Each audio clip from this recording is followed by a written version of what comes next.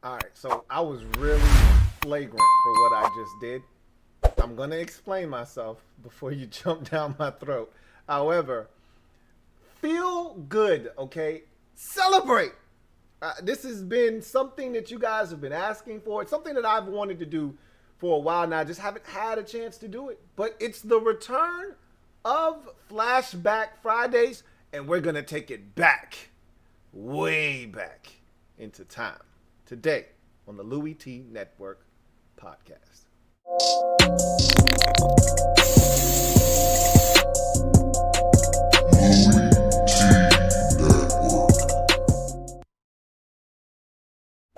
Who else could it be? Me, your man, Louie T. Welcome to the 161st installment of the Louie T Network podcast. I, of course, am your set man, Louie T. Thank you for joining me. Man, I'm having way too much fun collecting cards. I did not think it was going to be this much fun. It's funny, my fiance was just walking upstairs. I just did another unboxing video. And she said, "You're really having a lot of fun with this, aren't you?" I said, "I really am." And you know, the crazy part about this is when I was a kid, the whole process was tedious. It was painstaking. It was because when you're a kid, you don't have patience. Like, I don't want to sleeve. I don't want to, and you know, everything's so much easier these days. Like, for instance, if you had a big time card that you wanted to protect and you wanted one of those thick cases, you actually had to put a screw in there and use a Phillips head screwdriver to screw the screw in to get it to stay closed. They have magnets now. Like, everything's so much easier. And I enjoy sleeving the cards. I enjoy putting them in cases. Everything. Like, this entire process has been a blast. I'm having too much fun. And I lost track of time. And I apologize for that. You know, I got into the unboxing video. And I was having fun. And 4:30 snuck up on me. And went right by me.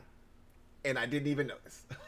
So I apologize for that, but I'm here, and we're gonna have some fun tonight or today on the podcast because we've got a Flashback Friday episode that is chock full of the goodies. So we're gonna get right to the proceedings this evening. We won't delay because I was already running late and being negligent. So I'm not gonna hold you up any longer than I already have.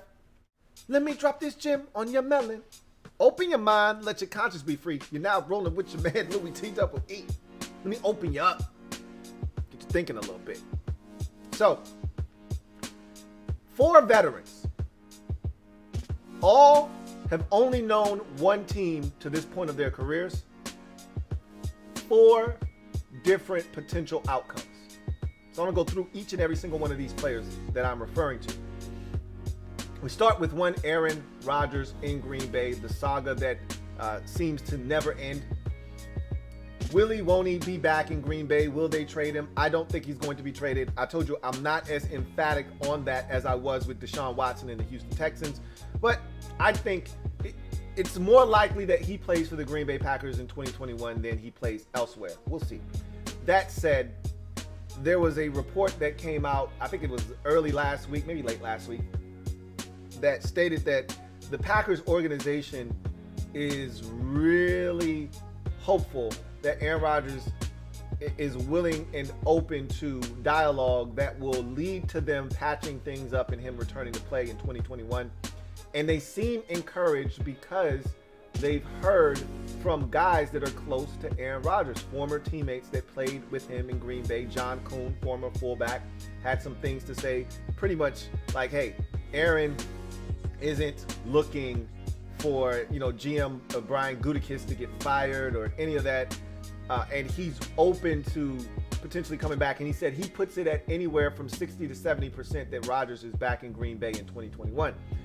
Also, James Jones, one of Rodgers' buddies from their playing days. He played with Rodgers for a number of years when that offense was dynamic. And it still is because Aaron Rodgers himself is dynamic. But when the receiving core was actually dynamic and game-changing, Jones was one of those receivers. And he he has a job. He being James Jones has a job on the NFL Network. If you haven't watched, I don't watch it as much as I used to, but I do know he's employed by the NFL Network, and he pretty much said, "Look, Aaron Rodgers isn't the lead. You know, wherever all these stories are coming from about Rodgers being frustrated and wanting the GM to be fired and wanting a new contract and all of these erroneous reports, they haven't come from Aaron Rodgers. I can tell you that firsthand. I've talked to him numerous times about this. That's not even his position on this. Rodgers wants to come back, but the conditions have to be right. And we know what this is. It's all about guarantees. And I can't remember if it was Kuhn or if it was Jones that said Rodgers has seen a lot of careers take place. I think it was John Kuhn that said this. Seen a lot of careers take place. And a lot of careers that didn't necessarily finish the way he thought they should and weren't handled properly by all parties involved, including the Packers organization. And he doesn't want the same thing to happen to him. And so he's kind of taking these steps to ensure that the rug doesn't get pulled from under him and that he doesn't wake up one day and the Packers have decided to ship him off. Because I thought that the Packers were going to try to milk him for one more season and then ship him off, because they didn't draft Jordan Love to just let him sit there and rot. Year 3 was when I thought he was going to play. He was going to start year 3 and he was going to have to show them something in year 3. And if he did show them something, he would play again in year 4, and that would give them the ability to pick up the 5th year option and feel comfortable or not after the 5th year. Do we want to bring this guy back or not? After year 3, it's hard unless he jumps in and seamlessly transitions from Rodgers to Jordan Love and this guy's lighting it up. It's hard for you to be able to say with 100% certainty, yeah, we want this guy back. We're going to pick up this 5th year option. We're going to give him an extension.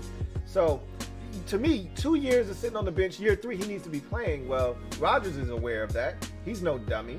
He's been through the process himself, playing behind Brett Favre. And so I think that's part of the reason why he's been as sensitive to this situation as he has been, is because he himself went through this. He was on the other side of this, though. He was on the other end of this spectrum the last time it happened, where Favre was the veteran. The Packers organization took the young fella in Aaron Rodgers. He was the young upstart waiting for his opportunity to play. And when Favre decided he wanted to retire, then he wanted to unretire, the Packers organization said, well, no, you already said you were done. We told the young fella it was his turn. We can't go back now. Sorry. So he wants to ensure that nothing crazy happens to wrap up his time in Green Bay. And whatever happens, he wants to dictate how it ends. I think that's what's most important to him. Is I want to go out on my own terms, whether that's finishing up my career in Green Bay or picking my next destination and not allowing you to cherry pick or you decide when I go.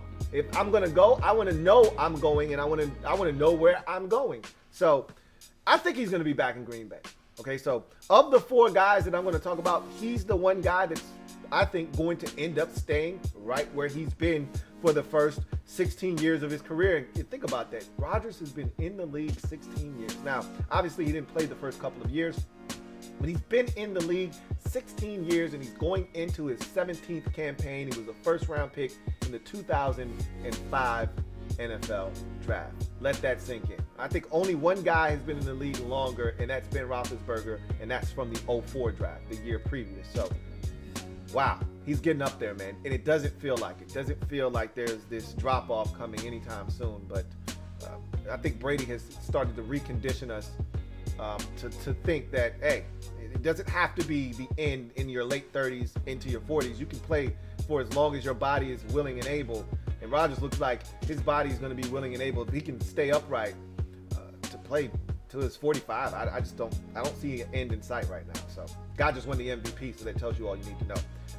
Julio Jones, Quintorris Lopez Jones is on the block. And of the 4 guys that I'm going to mention, he's the one that I think gets traded. I think Rodgers stays put in Green Bay. I think Quintorris Lopez Jones, you know him as Julio, is going to get traded. And the Falcons seem hell-bent on getting from under that contract that has really handcuffed them to the point where they only have a shade under $600,000 available in cap space right now, which is just asinine after they've signed their rookies. So they know that something has to be done. $23 million is what he's costing them right now, and I think he will cost them next year as well. So it's a hefty price tag that they're paying Julio Jones. And again, he's one of the best receivers in the league. He's going into his 11th season, if you can believe that. Like, it's amazing when we take a step back and assess some of these players and just how long they've been in the league. It seems like time flies, man. I remember the rookie season, this guy's falling on the ground 50 yards down the field and catching it on his knees, you know, with dreads flopping everywhere. And now all of a sudden we're talking about a decade has passed and he's going into year 11 of his first ballot Hall of Fame career. It's amazing how fast time flies, but this guy was a first round pick that the Falcons traded up for in the 2011 draft, and here we are now talking about him potentially being shipped out of Atlanta. And I think it's going to happen. I think this is a formality. This isn't one of those situations where we're going to debate whether he's going to get traded or not. I think he's getting traded. The question now becomes where and who's willing to give up what to get him. There have been some teams thrown about. The Ravens come to mind. I heard what other teams were mentioned. I can't think of the list of teams that they gave. I always remember the Ravens. But the Titans were a team that seems to be interested, but I don't think they have the cap space necessary to pull off the deal. I think that's what's going to stop them.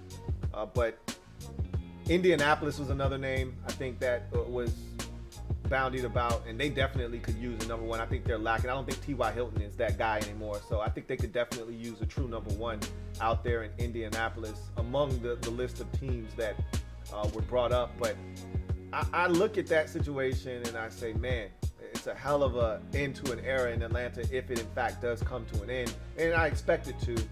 I don't think it's a matter of if, it's a matter of when. But man, and you go back and you look at some of the numbers he put up over the years and you go, whew, this guy, Julio Jones, is something else.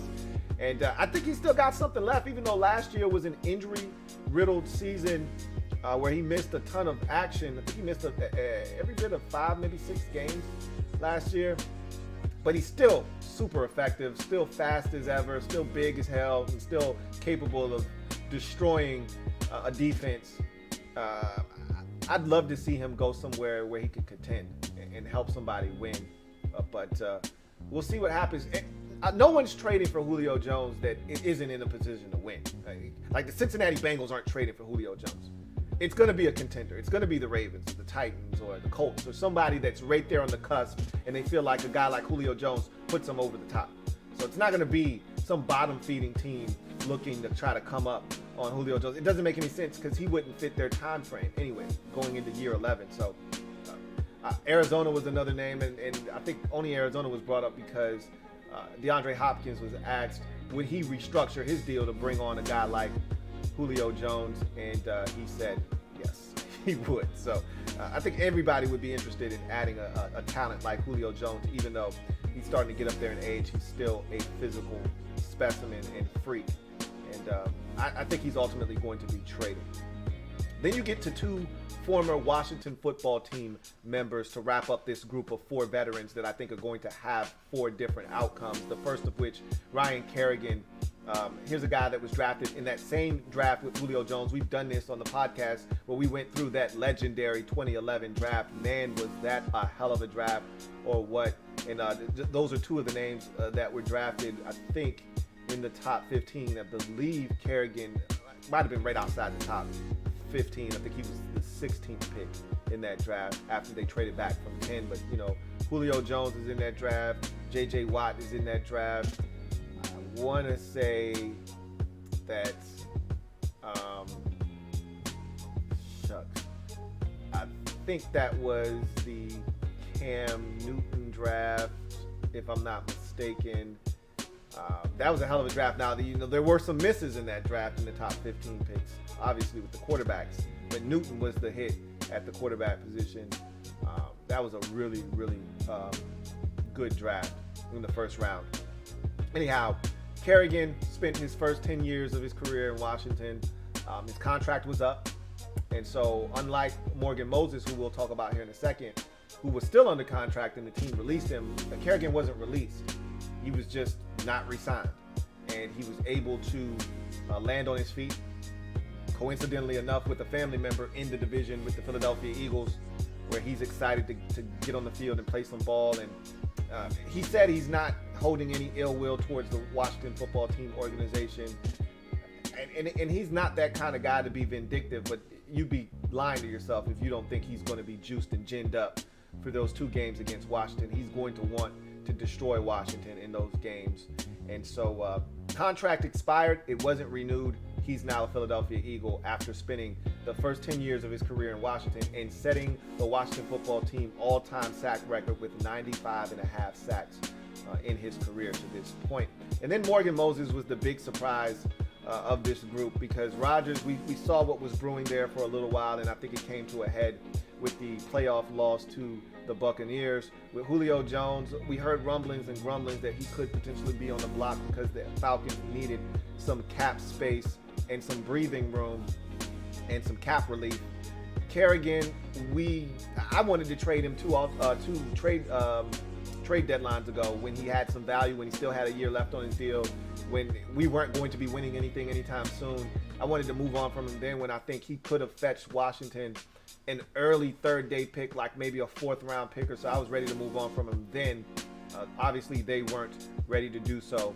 And Morgan Moses was the one that just came out of nowhere. This is a guy drafted in the 3rd round of the 2014 NFL Draft, played his first 7 seasons in Washington, has been the unquestioned starter at the right tackle position for the last 6, has not missed a game in the last 6 seasons, has played 96 straight games, started all 96 of them, and he's just been a rock at the right tackle position. You know, there's been so many complaints by Washington fans about what this guy hasn't been, and that's fine, because I've complained about what Ryan Kerrigan hasn't been. And if you compare the two, Kerrigan's got the more illustrious and decorated career, but when you look at Morgan Moses, he plays a very thankless position, one that you don't get a ton of credit for unless you're an all-pro.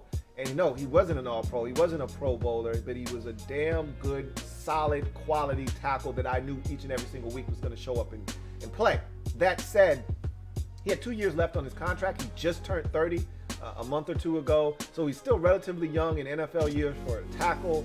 And Ron Rivera decided to move on. And honestly, I don't really know the rationale behind it. I still haven't heard anything from anyone close to the team. They seem to do a much better job than in past years, and we know why, but they seem to do a much better job of keeping things in-house these days. And the things that they want to get out, like Dwayne Haskins and his lack of work ethic, those things get out because they want them out. But the things that they want to keep in-house, they seem to do a pretty good job of keeping it in-house. So we haven't heard why this was done exactly. Was Morgan Moses upset about his contract? Did he want new money? Doesn't seem like that's the case. And I read an article from John Keim of ESPN Nation today, where he's pretty much said this is not what Morgan Moses wanted. He did not want to be traded. He did not want to be released. He was somewhat surprised by the move himself, but I think this was just about, you know, getting younger. They drafted a guy in the 2nd round, Samuel Cosme, who they want to play, and it saves them some money under the cap. And they got other guys that have to be paid. Logan Thomas at the tight end position has to be paid if they really feel good about him and think he's got good football ahead of him. He's on the last year of his deal. Obviously, Jonathan Allen, who you drafted in the 1st round in the 2016 NFL Draft, is coming up on his 5th year of his career and the end of his rookie contract. If you want to get him to sign on the dotted line, now is the time to strike while the iron is hot. Don't let him play out this season, potentially tear it up, and then the price goes up on re-upping Jonathan Allen. So I think this was more about money. As we get further into this thing, I thought it was less about money, more about other things, but money was involved. I think it might have been more about money than anything else. But Morgan Moses was traded, was released, flat out cut. So of the 4 guys, the 4 veterans that hasn't seen or known another team in this league to this point, Rodgers, I think, is going to continue with that same team and play his 17th season in Green Bay. Meanwhile, I think Julio Jones is going to be traded before we get to training camp Probably post June 1 is when we see the trigger pulled on the Julio Jones trade. Meanwhile, Ryan Kerrigan was simply not brought back. His contract expired and he was allowed to hit free agency. He signed with the Eagles. And Morgan Moses was flat out released after still having 2 years remaining on his contract. So with that said, that's going to do it for the Gem Droppin Session today. I'm going to continue to monitor those 4 veterans and what happens with their situations. Obviously, Ryan Kerrigan is the only one with true resolution to this point, having already signed with the Philadelphia Eagles on a 1-year contract. I suspect Morgan Moses will land on his feet probably in Denver if I had to guess right now. They still have a gaping, massive hole at right tackle after the injury to Jawan James. So I think Denver seems like a logical landing destination for Morgan Moses. Julio Jones is interesting because there are a lot of teams that could benefit from his services. Who will be bold enough to make the move, and what will they have to give up? I think that's another conversation for another day that we need to have, is what exactly is it going to take to get an aging veteran receiver that's a future Hall of Famer that most people think still has a lot of good football left in him. What is it going to take to get that guy and pry him away, even though the contract number is extremely high? What is it going to take to pry him away from Atlanta? That's another conversation that I think we need to have at a later date and time on this podcast. And, of course, Aaron Rodgers, I think he's going to stick in Green Bay. So let's get to a quick ad read, and then we'll come back after a word from our sponsors. You are locked in to the Louie T Network podcast. Want to thank the people over at Manscaped for sponsoring this podcast. And so many things have transpired, and we're getting even closer to Father's Day, and Manscaped is continuing to pump out the quality products that you've come to know, love, and respect.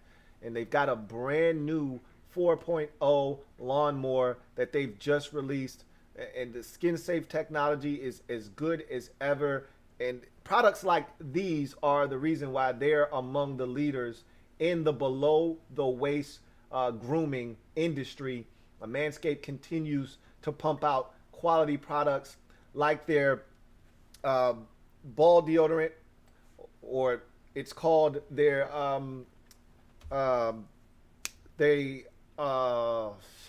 what is it? Trying to come up with the actual term for it. They've also got a cologne, and they actually have a real cologne now. It's a great smelling cologne. It's not overly strong. They also have a spray that you can put on that is great for just touching up your ball area to get it back to where it needs to be. So it's the Crop Preserver and the Crop Reviver. That's what I was trying to think of. The Crop Preserver is the deodorant, and you put that on after you've freshened up.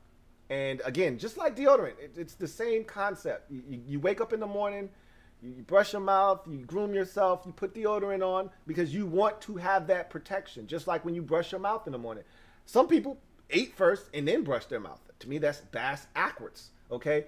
You brush your teeth to have that protection so that when you eat, it doesn't stain your teeth. You've got the protection on already.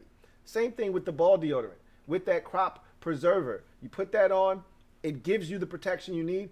And in case you overexert that protection, that's when the Crop Reviver comes into play. A couple squirts of that gets you back to where you need to be. And like I said, Lawnmower is a great trimming product down there. They've also got the Weed Whacker, which I love for your ear and nose hair trimming situations that need to be resolved.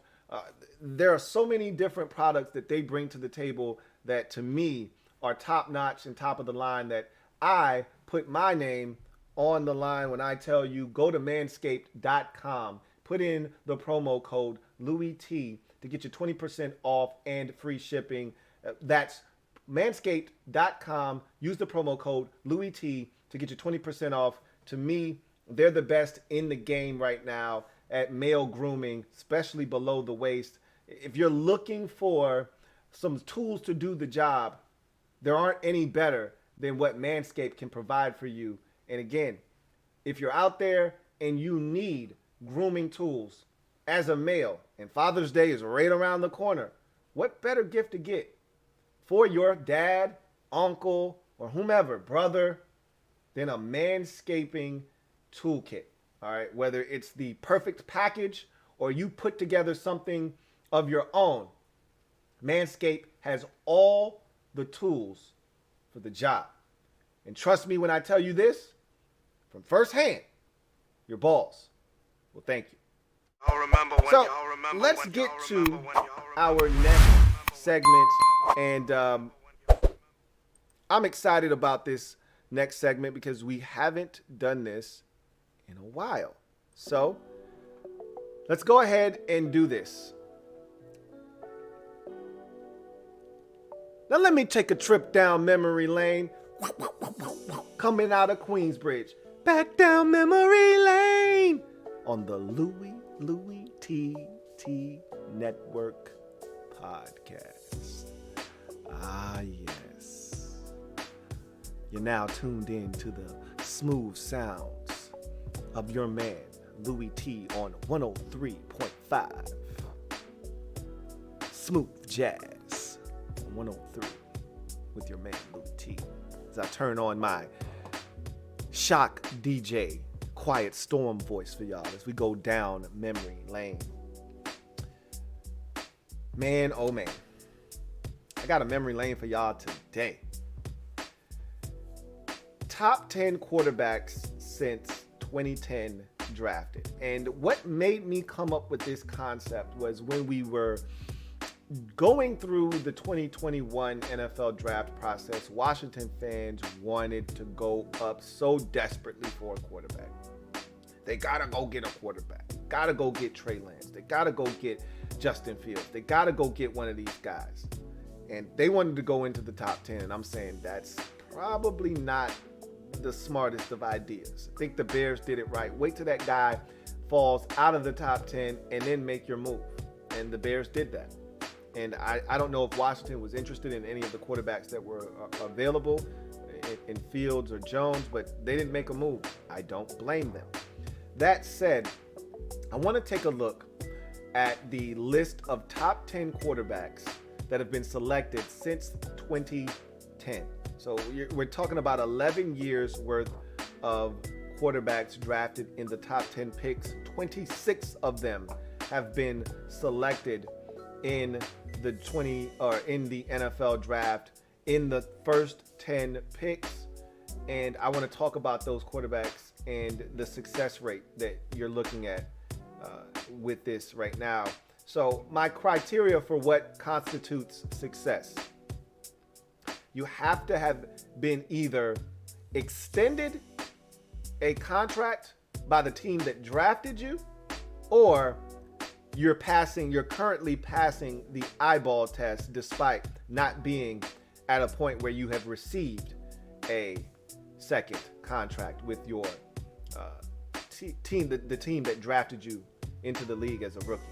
So currently I see 6 quarterbacks out of the 26 that are bona fide, that lived up to the hype, that paid off enough dividends to where a team decided they were worthy of a second contract when the first one ran out.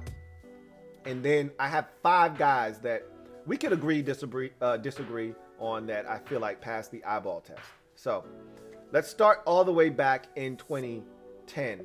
And what I'm going to do is I'm going to give you the quarterbacks in a brief synopsis of what their career was. I'm not going to spend too much time on each of these guys, but and because you guys know, I don't have to tell you this. But what I'm also going to do is if there was a quarterback or 2 or 3 that was selected in the top 15. So this is a top 10 list. But if there's a guy taken at 11, 12, 13, 14, or 15, I will bring that guy up as well. Because I could have cast a wider net and went to the top 15 picks, but I wanted to really narrow the focus to the top 10 because that's where everyone seems to think that you got to get a guy. If you're going to get a guy, it's got to be in the top 10 or else the guy stinks. Not exactly. Some of these guys in here stink. to high heavens. So let's start in 2010 with Sam Bradford, number 1 overall pick in the 2010 NFL draft for the St. Louis Rams was quarterback Sam Bradford out of Oklahoma. Only quarterback taken in the top 10 of that draft. The only other quarterback to go in the first round that year was Timothy Tebow, who just signed a contract with the Jacksonville Jaguars on a 1-year deal with no guaranteed money for the veteran minimum as a tight end. So Bradford, the only quarterback to go in that draft. He was not re-signed by the Rams when his contract ran out. He actually went to the Eagles for a year. Then he was traded to the Vikings and so forth and so forth. A lot of people used to rag on Bradford, saying he stole money, the most money that anybody stole at the quarterback position, has stolen in this league at the quarterback position. I beg to differ. Sam Bradford wasn't trash. He just didn't live up to the hype of being the number 1 overall pick. And for whatever reason, whether it's he was battered and bruised, he wasn't protected adequately enough, whether it was in St. Louis with the Rams or in Philadelphia with the Eagles or in Minnesota with the Vikings, he just never maxed out his full true potential in this league. So he doesn't fit the criteria of a guy that lived up to the billing of being a top 10 pick. You go to 2011 and it's Cam Newton, who is the number 1 overall pick out of Auburn. He wins the national championship, comes into the league, takes it by storm, shows a blend and a complementary game of one that we haven't really seen before up until that point of the league, where you get this big 245, 50-pound quarterback that can move like a deer, yet has a cannon for a right arm that can throw the football anywhere on the field. Now, he's sporadic and it sprays from time to time, but Cam Newton was a different animal. We all remember the 2015 MVP season, taking the Panthers to a 15-1 record all the way to the Super Bowl before succumbing to that Denver Broncos defense. But Newton definitely qualifies and constitutes a successful quarterback in this league. And so Jake Locker was 8th in that year's draft in 2011 to the Tennessee Titans out of Washington, the University of Washington. And Jake Locker looked like a bust from the word go. He never seemed comfortable in the league. He was never good. He had athleticism, had the arm talent, but I don't think mentally he was ever checked in, locked into the NFL. And he pretty much quit after about 3 seasons. He realized, I'm not good enough for this, and I don't need this shit. All the criticism and all of the blame and finger pointing, I don't need this. So he quit. And he wasn't going to be re-signed in Tennessee anyway, because he wasn't any good. Neither was the guy that was drafted 10th overall in Jacksonville Jaguars quarterback Blaine Gabbert. Blaine Gabbert was traded up for by the Jaguars, if you recall, and I talked about this on the last episode of the podcast where I talked about the ghost of the 2011 draft. And I talk about this from time to time. I don't like bringing this up because Ryan Kerrigan turned out to be a hell of a football player, but he's not J.J. Watt. Washington traded out of 10, moved back to 16, where they selected Ryan Kerrigan, allowed the Jaguars to come from 16 up to 10 to get Blaine Gabbert. And of course, J.J. Watt went the very next pick, 11th overall to the Houston Texans. The rest is history. But for the Jaguars at 10, they swung hard and missed on Blaine Gabbert out of Missouri. Had a ton of athleticism coming out of Missouri, but not the mechanics nor the mental capacity that is necessary for success in this league. I think he got beat up a little bit with a faulty offensive line, but I just don't think Gabbert was ever mentally ready to go. I think he played in a primarily read option, offense in college, and I don't think he was ready for the rigors of the NFL. I don't think he was ready to digest an NFL playbook, and I thought that he really struggled in Jacksonville, but he's amazingly enough made a career out of it. He continues to hold on as a capable backup in this league, and I think he's still in the league, if I'm not mistaken, holding on as a backup. But neither he or Locker were any good. And if we cast the net a little wider in 2011, you'll find Christian Ponder, who was drafted by the Minnesota Vikings, if I'm not mistaken, either 11th or 12th in the draft that year as well, out of Florida State. And he stunk as well. Another athlete, just like Blaine Gabbert, just like Jake Locker, another athlete, a guy that can run, move around, be mobile, but just didn't have it from an accuracy, precision, and mechanics standpoint. And Christian Ponder was one and done in Minnesota out of the league. So you go to 2012. So as of right now, we've gone through two seasons, or two drafts rather, in the top 10, and we've got 4 quarterbacks selected, and only one of them has actually panned out, and that was Cam Newton in 2011. You go to 2012. This was supposed to be the year of the quarterback. I remember this was the year I started with the LouieTeeNetwork, and I did a series called The Starting Five, and that's when I chronicled the 5 quarterbacks in that year's draft that I thought were going to be exceptional. There were 4 first-rounders that year, 3 of which were in the top 10. Andrew Luck, number 1 overall. Robert Griffin III, number 2 overall. And Ryan Tannehill, 8th overall to the Miami Dolphins. Also in that first round, if you recall, Brandon Weeden to the Cleveland Browns. But in the top 10, Andrew Luck obviously was the object of everyone's desire that year, and for good reason. He had it all. And I told you, up until Joe Burrow, I hadn't studied a quarterback that was off the charts like Andrew Luck. You know, Joe Burrow to me was the best quarterback I've ever evaluated. But Andrew Luck, before that, he was the gold standard. He had everything you were looking for, and he showed it at the next level. Unfortunately, the Colts, ironically enough, fixed the offensive line, but it was probably 2 years too late for Andrew Luck as he retired early because of injuries. Robert Griffin III was supposed to be a game changer in Washington. They traded up from 6 to 2 with the Los Angeles, or then the St. Louis Rams.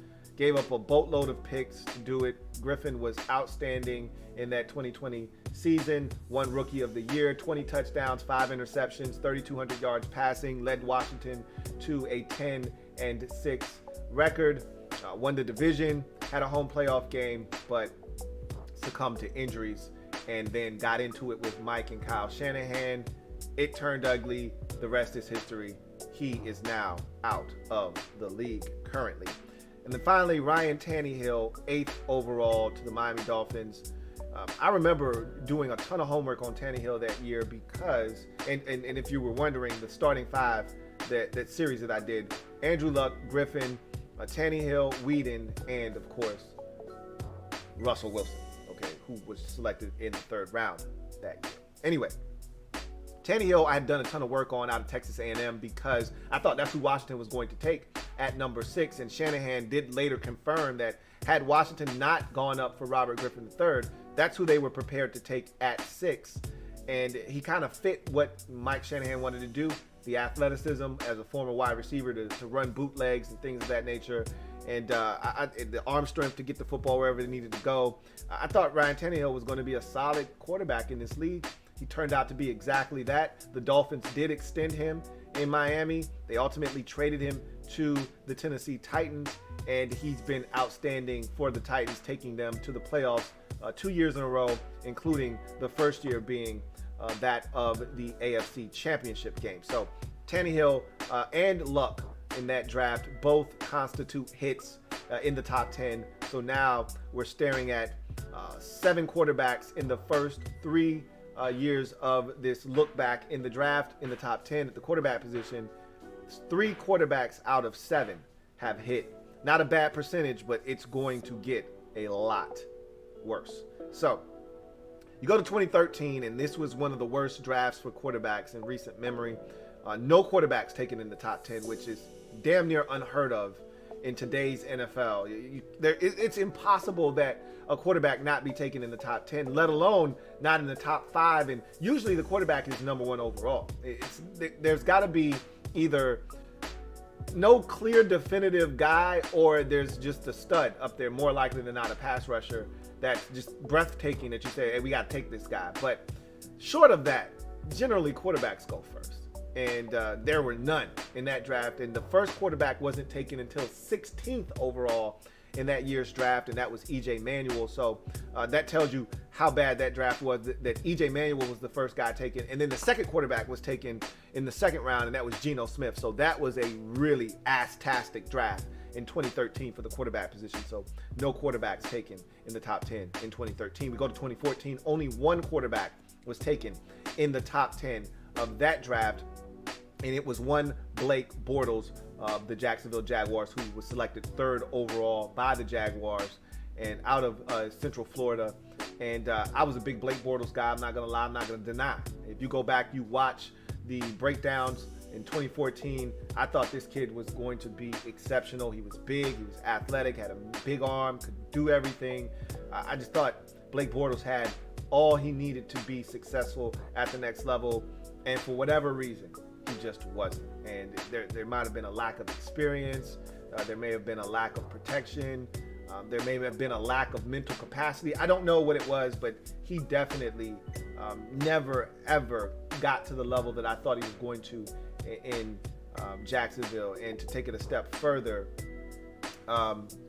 he was a guy that was a fantasy football darling the first few years of his career, but a lot of that came in garbage time. He was not re-signed by Jacksonville, although I do think they did pick up that fifth-year option, but he did not come back in Jacksonville, and he does not qualify for one of the better quarterbacks and panning out in this league.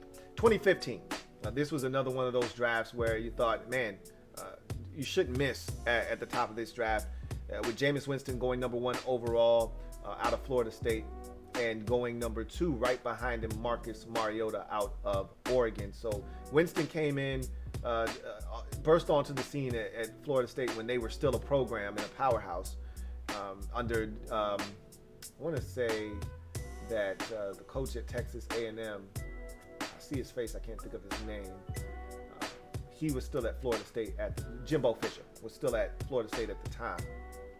And they won the national championship in 2014, I believe, 2013. And then Winston had another year where he threw a bunch of interceptions the year after that. They thought he was pressing, thought he was trying to do too much, and still was the number 1 overall pick. And he got to the league, and that last season at Florida State, to me, was a precursor and maybe a bit of foreshadowing as to what his NFL career was going to end up being. Because that was the real knock on him, if there was one, is that he's not the most mobile guy in the world, but he's a turnover machine. You know, he's a guy that will take some risks, will turn it over, and he'll hurt you in that department. And that was the problem in Tampa Bay. They had all this talent. They had the ability to win, and he just could not, for whatever reason, stop throwing the football to the wrong colored jersey. And so he was not re-signed in Tampa Bay. They did pick up the 5th-year option, but they did not re-sign Winston after it was done. Meanwhile, for Marcus Mariota, they did not pick up the 5th-year option on Mariota in Tennessee. They did let him walk away, and he signed with the Raiders. If I'm not mistaken, they might have picked up the 5th-year option. I take that back. I think they did pick up the 5th-year option on him, but it did not work out for him in Tennessee. He was then signed by the Vegas Raiders after his contract was up, and he's been in Vegas now. This will be his 2nd season, but neither one of those guys, and both of them may have a second act to their career. Winston looks like he's going to get the nod in New Orleans. Meanwhile, Mariota seems like a guy that could get an opportunity after this final year of his Raiders deal is up. He did have to restructure. I don't know if he extended it out another year or not, but I think he is a guy that could get another sniff around the league if he comes available. Neither one of those guys, though, were successful enough to constitute being considered a successful draft pick by their teams. 2016, Jared Goff, number 1 overall out of Cal. And right behind him, number 2 overall, Carson Wentz out of North Dakota State. I thought Wentz was the better of the 2 quarterbacks. I thought he was going to be the best quarterback of that draft class. I still believe that he is the better of the 2 and going to be the best quarterback of that draft class. And I think he's where he needs to be to realize that. Once again, I think a lot of people are down on Carson Wentz right now, and that's okay, but it's not like Carson Wentz has struggled for the last 2 going on 3 seasons now. It's just one stinker. If you go back to 2019, he was 30-7 and led the Eagles to a division crown in the NFC East. Not that that's saying much. I think it was only 9-7. Doesn't matter. 30 touchdowns, 7 interceptions. And he did that with Greg Ward and a bunch of no-names and J.J. Arcega-Whiteside and a bunch of bums. So, outside of his tight ends. So, look, Wentz, I still think has that it. And Jared Goff is a guy that has proven so many people wrong, including myself, because I wasn't the biggest Jared Goff fan coming out of Cal. And after that first season, I think everybody was pointing that didn't like Jared Goff, saying, oh, see, look, told you he was trash. Told you he was ass. And it was just Jeff Fisher. You know, Sean McVay comes in, Jared Goff takes off. And the next 2 or 3 seasons, Goff was phenomenal, especially that 2018 season where they made it all the way to the Super Bowl. Jared Goff was phenomenal. You couldn't tell me that he wasn't going to be one of the better quarterbacks in the league after that season in McVay's system, but things turned sour after that. He struggled in 2019, and McVay was at wit's end by the end of the 2020 campaign, and you could see the writing on the wall, and they traded him this offseason to the Detroit Lions. But both of those guys, to me, both got extensions from their original ball clubs that drafted them. Wentz in Philadelphia, they traded that contract to the Indianapolis Colts, and Goff in Los Angeles, they traded that contract to the Lions. I think both of these guys are good quarterbacks in this league, and they both constitute and fit the criteria for what is a good quarterback in this league and living up to their status. So out of the first 1, 2, 3, 4, 5, 6, 7 years that we've talked about in this draft, we've got 4, 7, 8, 10, 12 quarterbacks, and only 5 of them have been good enough to be considered not a bust, essentially. So we're hitting at less than 50% clip now, and obviously that number is going to dip even further as we continue on. 2017. Mitchell Trubisky, 2nd overall to the Chicago Bears out of North Carolina after only being a starter for 1 year in college football. And he was one of the first guys that a team essentially took a risk on, having limited film and starting experience, but feeling like the talent trumped all of that. They were wrong with Mitchell Trubisky. So was I, because I thought he was going to be better than what he ultimately was. And I was a Mitchell Trubisky fan. I didn't think he was worthy of the number 2 pick overall, however, but I did think that landing in Chicago and leading them to a division crown in his first season, and you could argue it was the defense and he managed the game, this, that, the third, whatever. They won the division. They went, I think, 11-5 or whatever it was that first year. And if their kicker, Cody Parkey, doesn't double doink the upright, they're playing in the divisional round in Mitchell Trubisky's first season in the league and as a rookie. So it is what it is. He did not re-sign in Chicago. He is a backup for the Buffalo Bills right now, and he doesn't constitute a good quarterback in this league right now. That said, the other guy that was drafted in the top 10 of that draft is the Dundada in the league right now. He's the guy that takes the cake. He is the best in the business as it stands, and that's Patrick Mahomes, who was selected 10th overall by the Kansas City Chiefs. And the Chiefs traded all the way up from like 26 or 27 to 10 to take Mahomes, and they haven't regretted it, and nor have they looked back since. Obviously, one of the best trades we've seen in NFL draft history is the Chiefs essentially coming up 16 or 17 spots to land Mahomes. And I don't even think they gave up King's ransom to do it either. If you go back and look at that trade, I don't think they gave up a ton at all. It's amazing how far they came, got the guy that they wanted, and didn't really have to cough up a whole ton of draft capital in the process. But Mahomes is the best quarterback in the league right now, and obviously is one of the guys that has lived up to the billing to this point.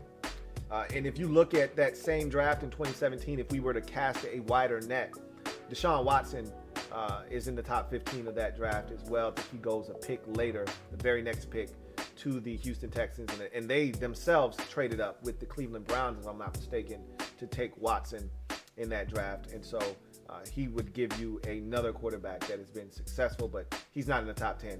But just if we were casting a wider net, he would be in the top 15 of the 2017 NFL Draft. 2018. This was one of the most quarterback-heavy top 10s we've ever seen.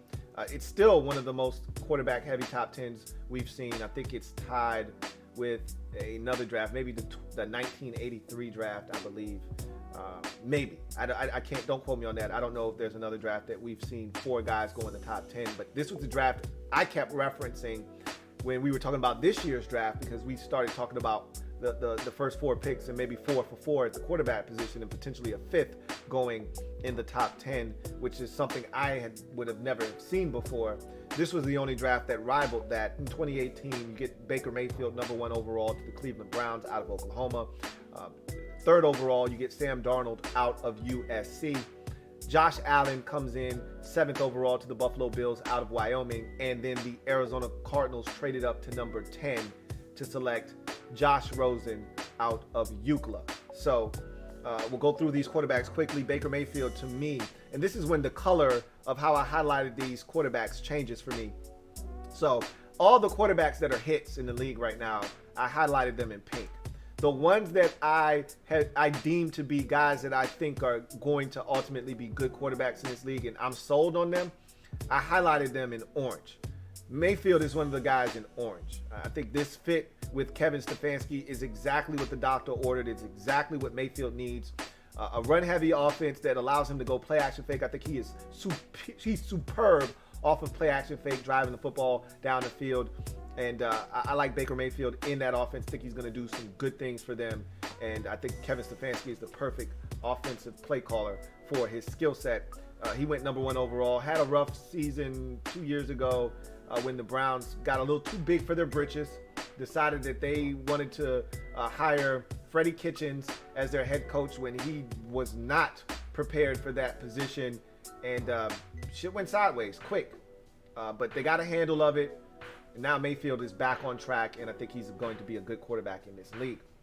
Sam Darnold, number 3 overall to the Jets, ended up being a really tough situation for Sam, honestly. You know, the jury's still out on Sam Darnold. Haven't given up on him yet. I wasn't a Sam Darnold fan coming out of USC, though. So none of this is surprising to me, because I thought, much like Jameis Winston, he was a turnover machine.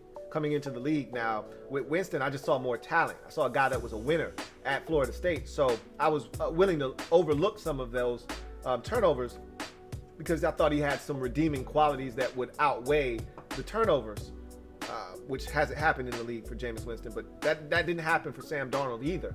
And I never thought he had the redeeming qualities to overcome the turnover bug that seemed to bite him all the time. And let's be honest, though, in New York with the Jets, they were as dysfunctional as it gets.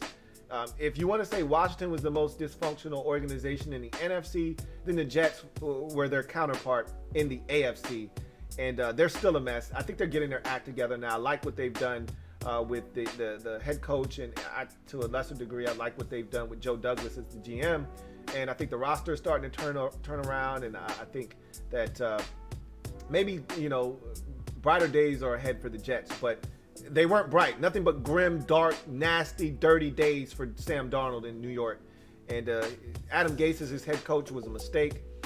It stunted his growth, if nothing else. It might have even regressed him to a degree. And he'll get a fair shake in Carolina. Let's see what happens. They traded Teddy Bridgewater away to clear the slate for him.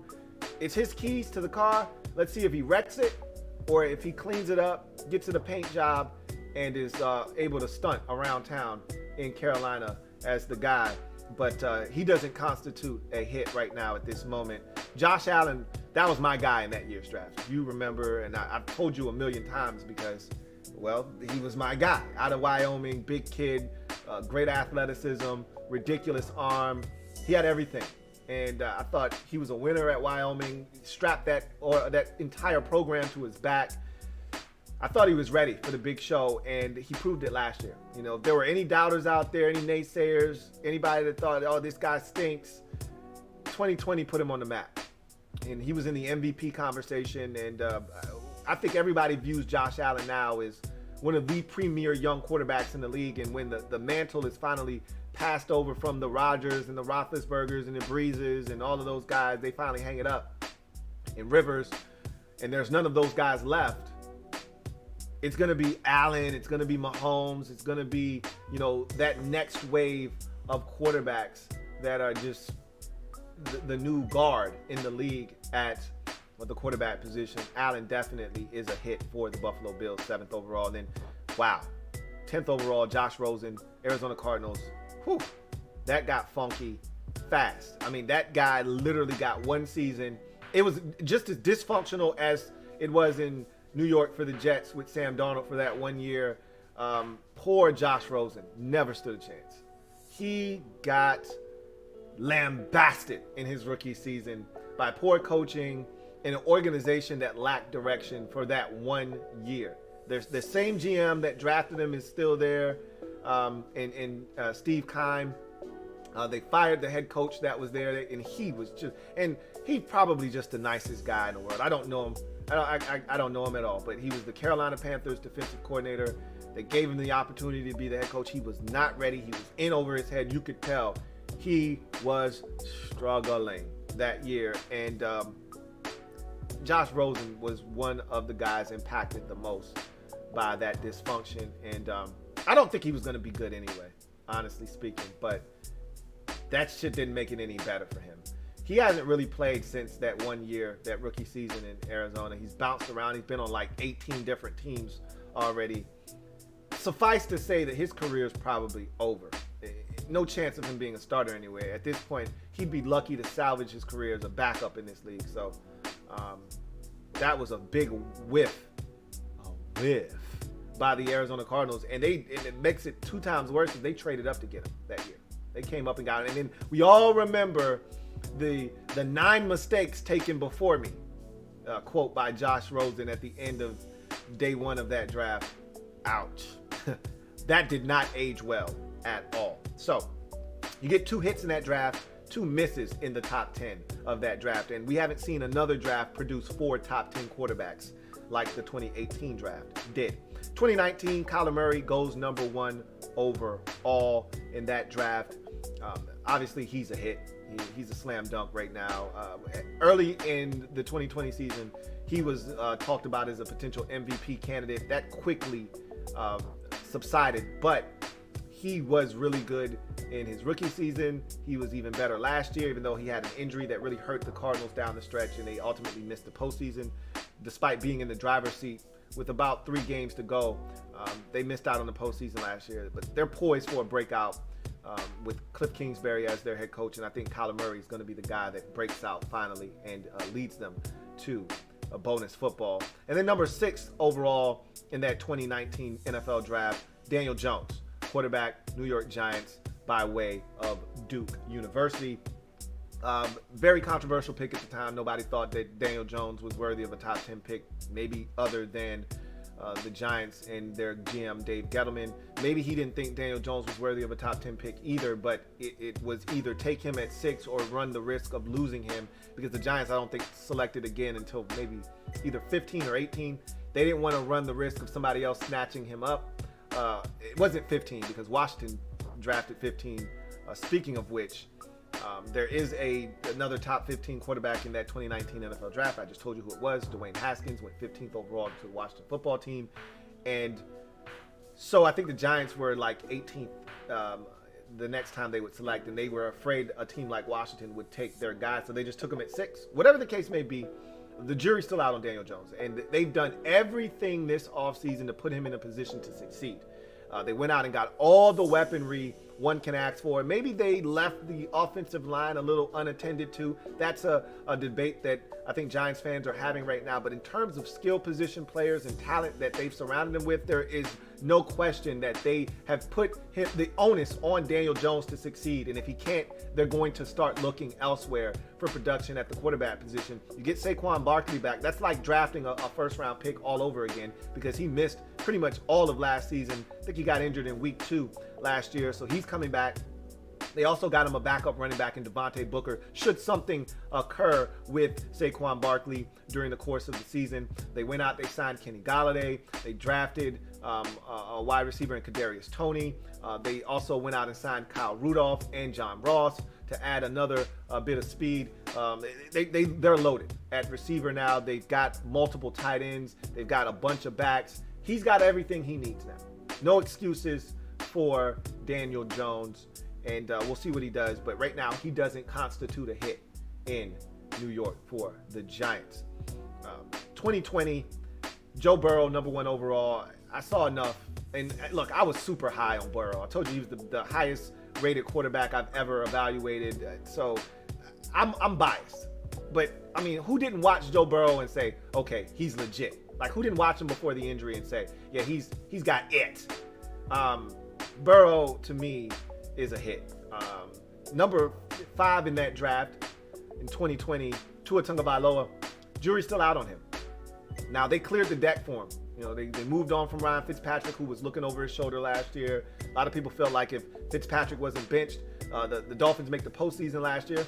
That may have been true, maybe not. The NFL rule book says otherwise, but that's nor here nor there. Bottom line is, Tua is now in the driver's seat in Miami. He's got a ton of weaponry. Just as I mentioned with Daniel Jones, I don't think he's as far along in the process as Jones is, obviously, because Jones has an extra year of experience in the league and way more starts than that of Tua Tagovailoa.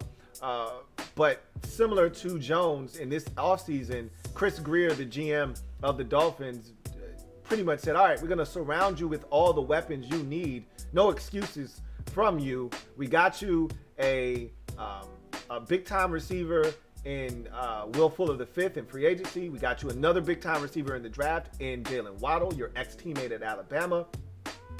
We drafted a running back. We've done everything that we needed to do to give you all the opportunity to succeed. They've got tight ends for days in Miami, including a guy that I think is right on the cusp of becoming a George Kittle type in former Penn State tight end Mike Gesicki. So there's no excuses for Tua Tagovailoa this year. I think he has to show that he can get it done. I don't think it's show or go type of situation like it could be potentially for both Daniel Jones and Drew Lock from the 2019 draft. But I think it would be a massive indictment on Tua if they come out of this season and they still don't know. But he doesn't get the nod right now. And then Justin Herbert, number 6th overall in that 2020 draft. Who knew? I damn sure didn't. I was not a Justin Herbert fan coming out of Oregon. I'm not going to sit here and try to act like I was all over it, because I wasn't. I didn't like him. I said he's toolsy. He's got all the tools to be a stud at the next level. He's big. He's an athletic guy. He's got a cannon and a rope for a right arm. I said he's got everything. Got a hose. He's athletically gifted, and he's 6'6". What more can you ask for? But I didn't think he had it up here from a competitive standpoint. Didn't know if he was a leader, kind of like Marcus Mariota coming from Oregon. I was like, kind of got that loosey-goosey, laid-back demeanor. Don't think he is a true leader of men. Kind of erratic with the football in terms of accuracy. Well, he shut me up in year 1, big time. He looks the part. Anybody that watched him on whether it's the Thursday night game versus the Raiders, or dueling toe-to-toe with Tom Brady early in the season, or whatever game you want to pick out from this kid, the Monday night game to me was an exclamation point. Like, I'm here, bitches, against New Orleans on a Monday night. They should have won that game. Should have won that game. He did nothing wrong in that game. Should have won that game and outdo Drew Brees in that game. But he gets the nod from me, just Justin Herbert, 6th overall. Even though it's only 1 year, small sample size, don't care.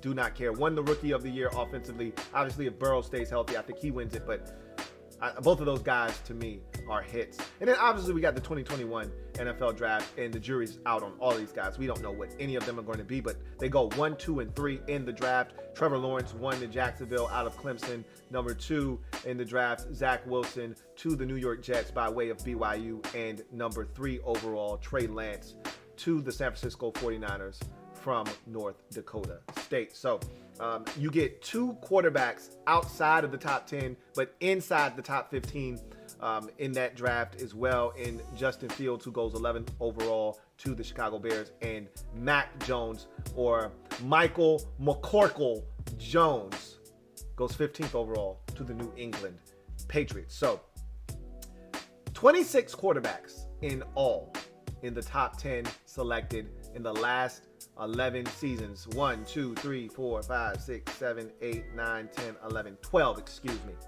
26 quarterbacks selected over the last 12 drafts in the top 10. If you want to expand and widen that net, 31 quarterbacks were drafted in the first 15 picks, but we're going to keep it at 10, top 10. Of the top 10, 26 quarterbacks, 11 of them, Cam Newton in 2011, Andrew Luck and Ryan Tannehill in 2012, Jared Goff in 2016, Carson Wentz in 2016, Patrick Mahomes in 2017, Baker Mayfield, Josh Allen in 2018, Kyler Murray in 2019, and Joe Burrow and Justin Herbert in 2020 looked the part. The other 15, no dice. And obviously, that number could climb to 14 because we don't know on Lawrence, Wilson, and Lance. But if we take them out of the equation, you're hovering right around 50%. You're at probably 43, 44% at 11 out of 23. You add those guys back in, and now that number comes down significantly, and you're now in the 30 percentile range. And so it's tough, man. The first round, just like any round, just like any position, it's a crapshoot. But so you want a top 10 quarterback. You think that's the answer. That's the guy that's going to change the fortunes of your franchise. Well, for all of you out there banging and beating the hell out of that drum, there's Sam Bradford, there's Jake Locker, there's Blaine Gabbert, there's Robert Griffin III, there's Blake Bortles, Jameis Winston, Marcus Mariota, Mitchell Trubisky, Sam Darnold, Josh Rosen, potentially Daniel Jones, Tua Tagovailoa. We'll see. All I'm saying is be careful what you wish for. You just might get it. You could get Andrew Luck. You could get Carson Wentz. You could get Patrick Mahomes, Baker Mayfield. Or you could get Robert Griffin III. You could get Jake Locker, Blaine Gabbert, Blake Bortles, Mitchell Trubisky. You just don't know. Got to be careful. But that's our trip down memory lane. Let's now transition to Remember When. Y'all remember when, y'all remember when, y'all remember when, y'all remember when, y'all remember when, y'all remember when,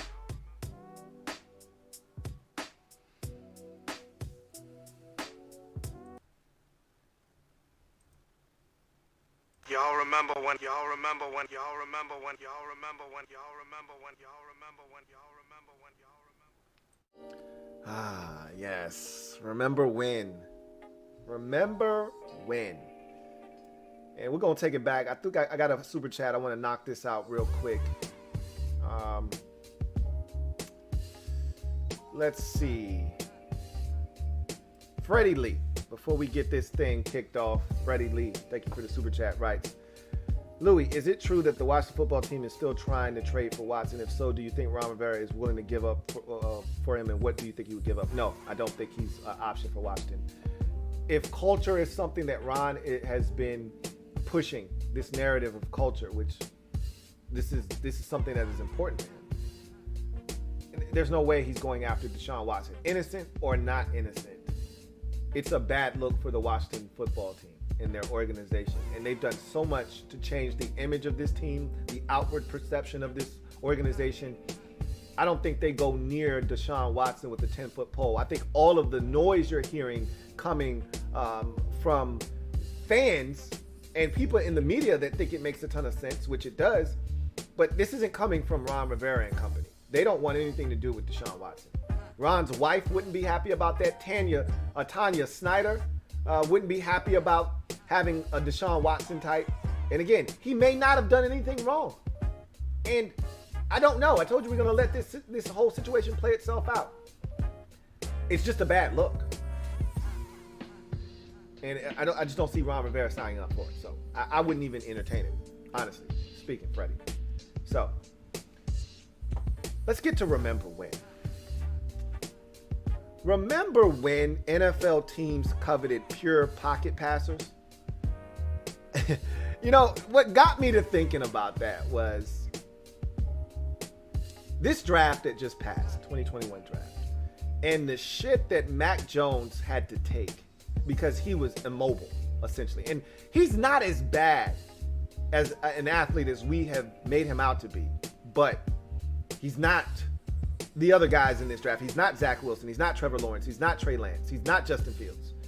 And remember, there was a time where if you ran as a quarterback, you were frowned upon. Like, we don't want this guy running around. And if you did run, you were a unicorn because it wasn't taught to run around. It was taught to be cerebral from the pocket. That's what made guys like Steve Young and Randall Cunningham such anomalies in the late 80s, early 90s in the early 90s in the NFL, because those guys had the ability, and Elway too, had the ability to move around and run.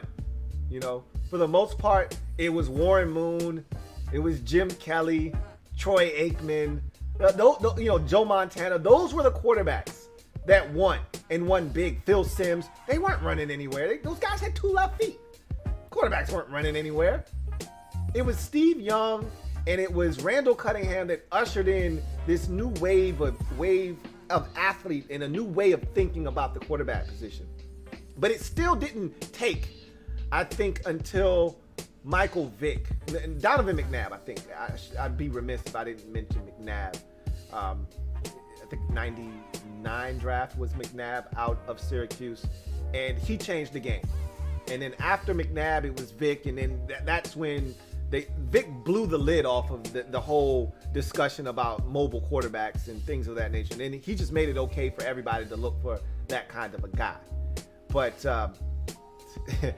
it's funny now because if you can't move, like, I know I was hard on Mac Jones. Old Michael McCorkle Jones. I was hard on old Michael McCorkle. I was like, look, he can't move, man. I can't have it. I can't do it. And there were people screaming, what about Tom Brady? Like, this guy looks, he smells, he feels like Tom Brady. What are you talking about? And I'm like, well, that's not where the league is heading. You got to be able to survive and extend. He's not doing that. But, man, there was a time where if you couldn't stand in the pocket and go 1, 2, 3, you weren't getting drafted in the first round. Now, if you can't extend with your legs, you may not be able to go 1, 2, 3 across the board. Boom, boom, bam. But if you can move, we'll overlook that. We can teach you that.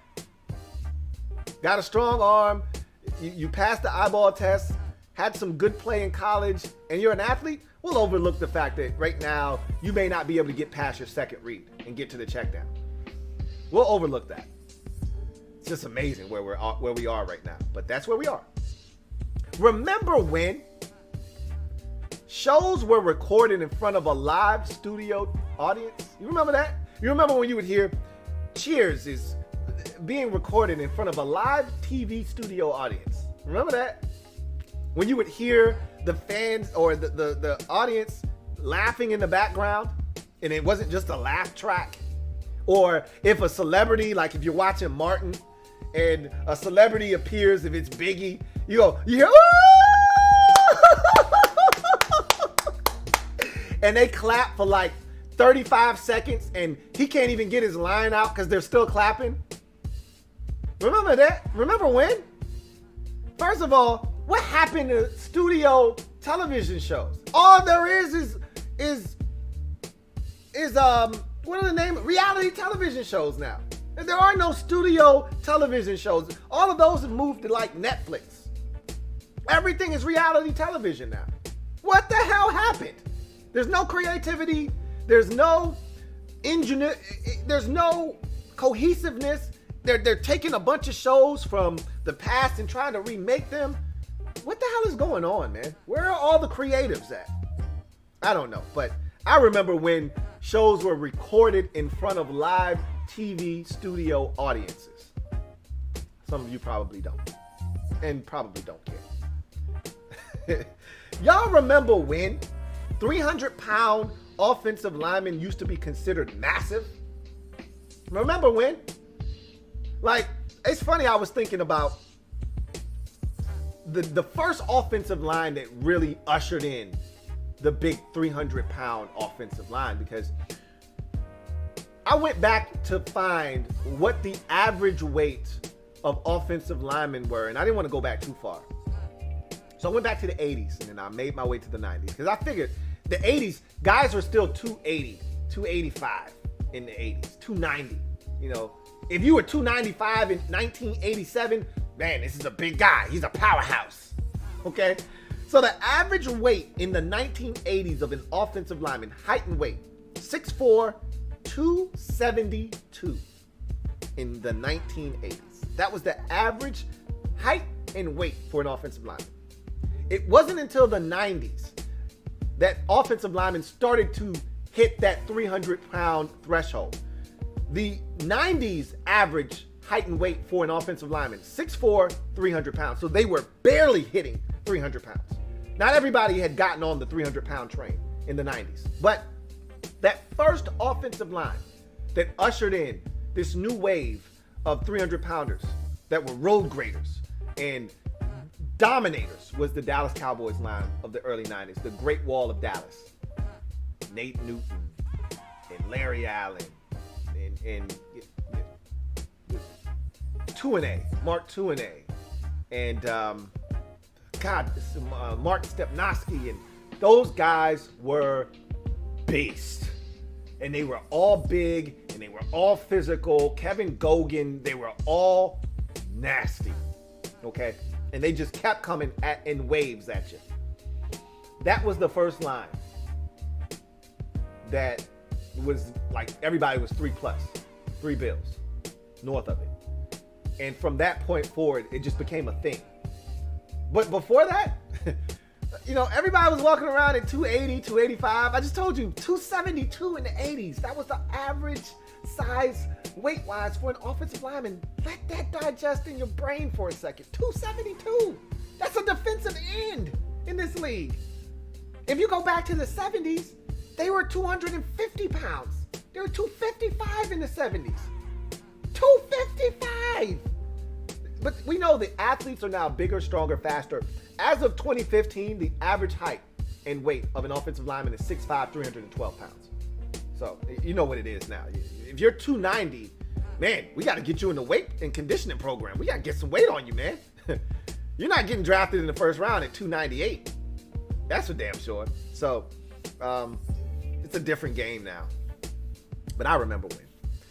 Y'all remember when Circuit City was the big electric, you know, the big electronics chain in the U.S.? Remember Circuit City? Now, some of y'all, right over your head. You 21, you're 23, you got no chance to know what the hell I'm talking about. All you know is Best Buy. Bless your heart, okay? But back in the day, it was Circuit City, man. And I'm going to tell you right now, I was like a kid in a candy store when my parents used to take me to Circuit City. And it wasn't often. Now, I will tell you, the lighting in the Circuit City by my house was the absolute worst. It's like you were walking in a damn cave. But damn if I didn't go straight to the gaming section, and they would always have like a Super Nintendo or a Sega Genesis hooked up to a little TV that you could play. They had one game in there that you could play, and I'd sit there until my mom would come and get me like, hey, we about to leave. And I didn't want to put it down. Even though I had that shit at home. I had the Sega Genesis, I had a Super Nintendo, but they would have the latest, like Sega CD. What you know about that? That's going to be on Remember When one of these days if it hasn't already been. What you know about that? Okay? Circuit damn City. Before Best Buy, there was Circuit City. What y'all know about Circuit City, man? Big red box. That takes me back. Remember when kickers used to kick without a shoe on their kicking foot? Do you remember that? You know what got me to thinking about that? I was thinking about the movie Bingo. Don't kill me, all right? And don't at me for talking about Bingo. All right, I actually liked that movie growing up as a kid. And I remember the dad in that movie was a field goal kicker for the Green Bay Packers. And, one of the plots of the movie, yes, James Bond, Janif Shopping Center is where Circuit City was located. You know about it. What you know about that? 757, stand up, we in the building. My man James Bond, 007, sniffing it out. Anyway, I remember that movie, and one of the plots of the movie was that, Bingo and the kid in the movie had gotten kidnapped and all that good jazz, and the guys that kidnapped him wanted the dad to throw the Green Bay Packers game. They wanted him to miss all of his kicks. And I remember him in that movie kicking with no shoe on. And I'm thinking to myself, man, that's gotta suck. Especially in Green Bay in December. It's below freezing or it's right around freezing.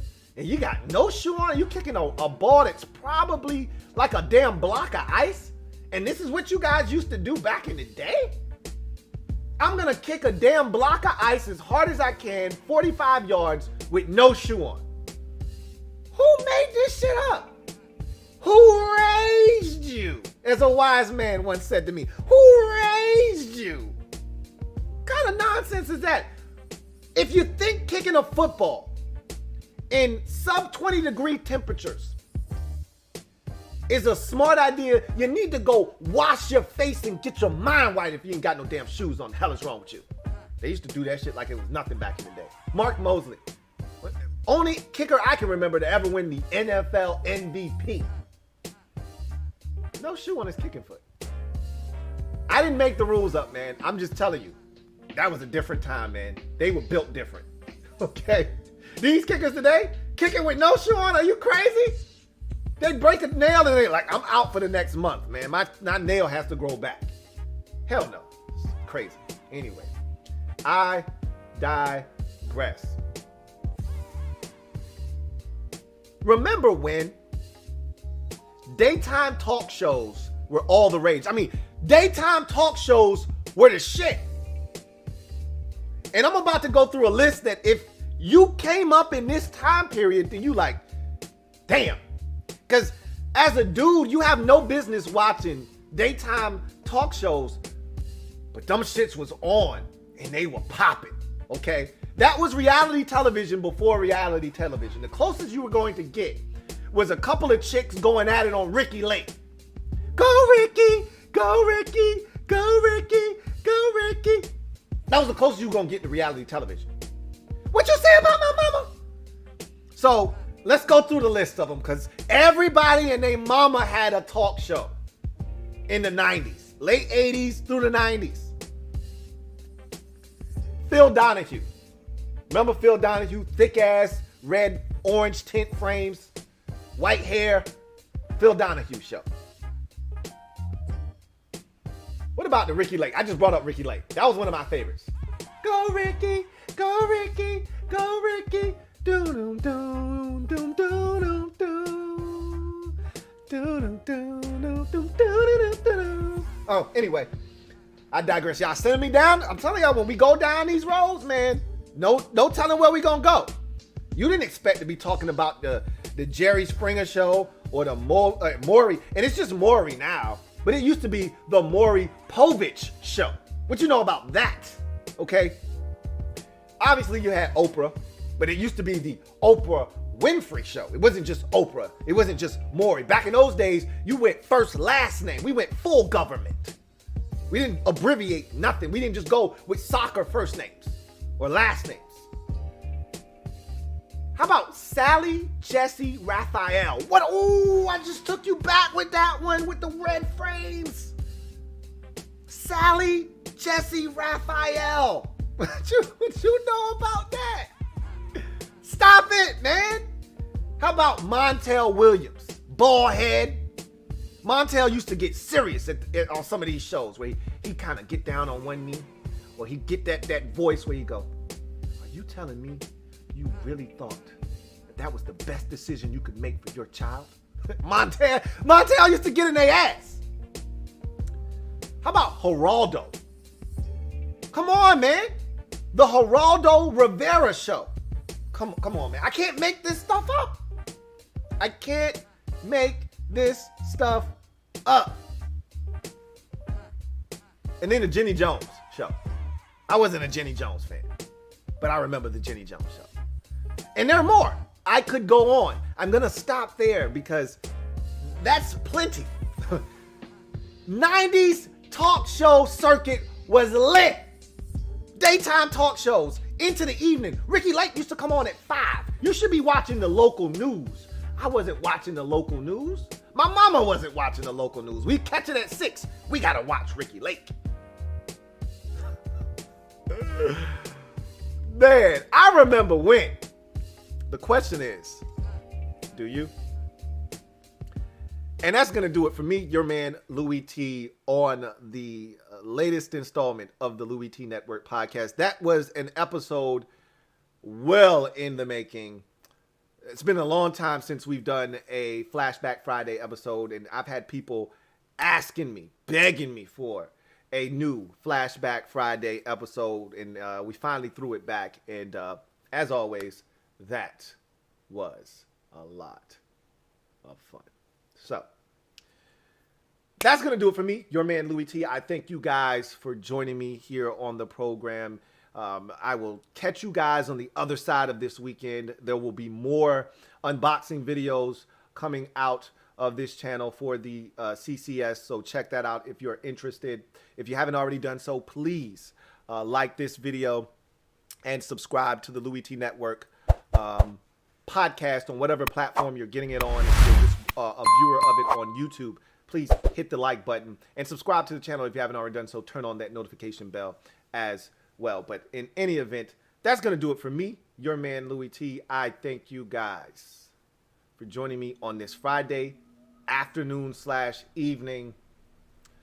Man, that was a lot of fun. I was late, but the show was still great. And I told you I was going to deliver, and I always do. I ain't Domino's, but I stay delivering the goods. Until next time, get your ass off the bench and get in the game and kick it with me, your man, Louie T. Enjoy the weekend. I'll see you on Monday. Peace.